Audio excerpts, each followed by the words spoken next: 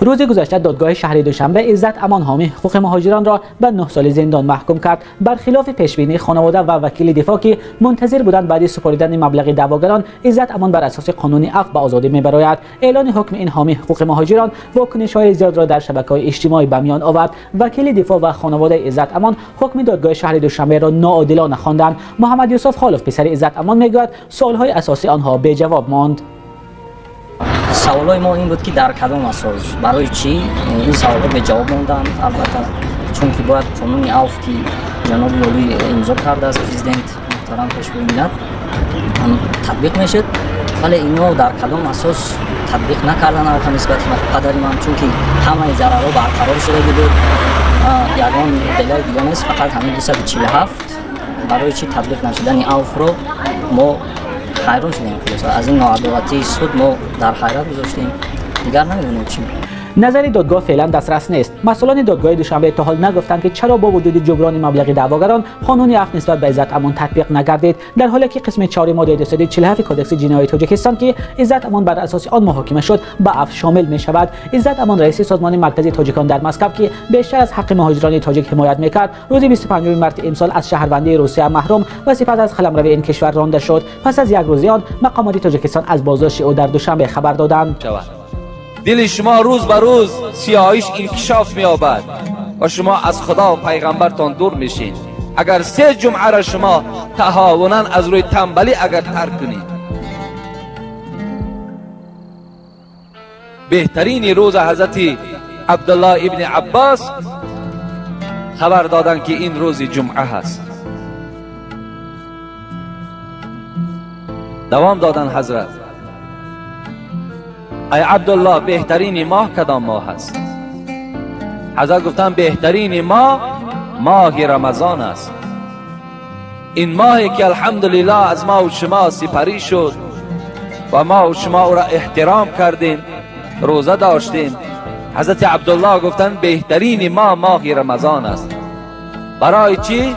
شهر رمضان انزل فیه القرآن. این ماه را یک فضیلت دیگرش همین است، بازم آن که مغفرت گناه بنده می شود. قرآن هدایتگر عالمیان، نقش قرآن چون در این عالم نشست، نقش های کاگین و پاپا شکست. راست گویم آنچه در دل مضمر است، این کتاب نیز چیزی دیگر است. این چیز دیگر در همین ماه مبارک رمضان از لوح المحفوظ به آسمان دنیا آمد. حضرت عبدالله را گفتند ما خیر الاعمال، بهترین عمل کدام عمل است؟ حضرت عبدالله چی گفتند؟ گفتند الصلاة لوقتها، نماز در وقت خودش خواندن این بهترین عمل است. حضرت عبدالله هر سخنی میگفتند از روی حدیث های پیغمبری خدا میگفتند، از روی آیه های قرآن میگفتند. عبدالله ابن مسعود میگوید قلت یا رسول الله،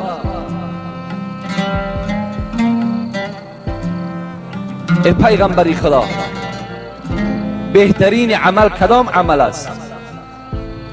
حبیب خدا چی گفتن؟ الصلاة لوقتها. بهترین عمل شما ای بندگان خدا نماز در وقتش خواندن، این بهترین عمل است.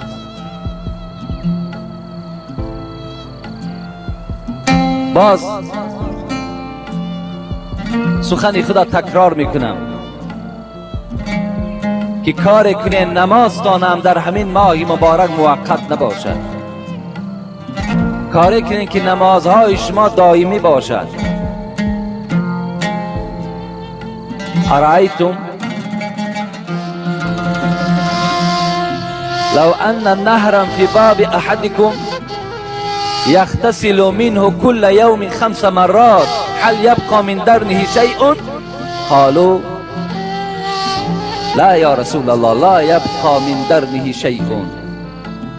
قال فكذلك مثل صلوات الخمس يمحون الله تعالى بحن الخطايا، يمحو الله بهن الخطایا. پیغمبر خدا گفت ای امتان من، تصور کنین که در نزد خاندان شما یک دریای هست.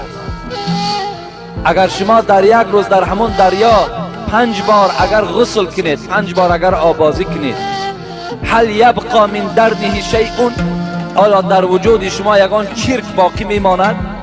گفتن نه یا رسول الله، 5 بار اگر غسل کنیم از کجا دیگر چرک باقی میماند؟ رسول اکرم گفتن که مثال 5 وقت نماز مثال 5 بار آبازی کردن در دریاست. 5 باره که شما نماز میخوانین از گناه چیزی در وجود شما باقی نمیماند. بهترین عمل است، زیرا که وی مبارزه میبرد با گناه، مبارزه میبرد با خطاهای ما و شما که از بین اونها را دور میکند. رسول اکرم میگوید مروا اولادکم بالصلاة و هم ابناء 7 سنین واضربوهم و هم ابناء 10 و فرقوا بینهم فی المضاجع. ای امتان من، فرزندهاتان امر به نماز کنید تا که فرزندهای شما نمازخوان باشند. 7 ساله شدن امر به نماز کنید، 10 ساله شد و نماز نخوان، شما آنها را زرد کنید، آنها را آداب دهید. امروز کم از آن بندگانی که به فرزندهای خود امر کنند که نماز خوانند. امروز امتان پیغمبر چنان رحم دل شدند که دلش می سوزد که فرزندش بیدار کند و نماز خواند. فکر میکند این رحم دلی است، این سخت دلی است. این رحم دلی نیست. اگر تو رحم می داشتی، اگر تو انصاف می داشتی، او فرزند چکار میکردی؟ دلالتی بر نماز میکردی که فردا این فرزند برای تو دامنگیر نمیشد، برای تو قدر تو را پس در نزد خدا و پیغمبر نمیکرد.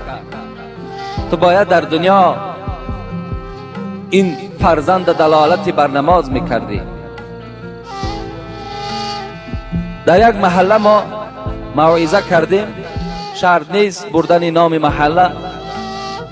وقتی این حدیث پیغمبر من تحلیل کردم، یک مرد گفت من یک فرزند دارم در پایتخت کار میکند. 1 بار 2 بار گفتمش، به طرف من گشت گفت اگر 1 بار دیگر در همین بابت مرا سختگیری میکنی، من دیگر به تو حق نمیتم، من خاندان تو را دیگر تأمین نمیکنم. این پدر به سوی من میگوید که باز اگر من سختگیری در نماز فرزندم کنم، شاید که دیگر رزق روزی مرا ندهد. از این خاطر گو من دیگر باز ایستادم، از همین سخن فرزندم ترسیدم. ما هم با این جوانی خود نگاه نکرده، اگرچه کلان سالم که بودن، گفتی مولوی جنونی کلان سالی ندارد اعتباری، کلان عقلی بود مقبولی باری. ما گفتیم تو از نرساندن رزق ترسیدی، از فرزند ترسیدی، لیکن از پیغمبر و از خدا نترسیدی. آیا تو فکر کردی که رزق در دست اون فرزند توست؟ آیا نمیدانی که اون برکتی که اون فرزند یافته است، اون پول و مالی که او امروز صاحب شده است، همش برکتی توست، همش اون دعایی که تو در حق او میکنی، از این خاطر وی صاحب این دولت و سهولت شده است. آیا وی نمیداند اینه؟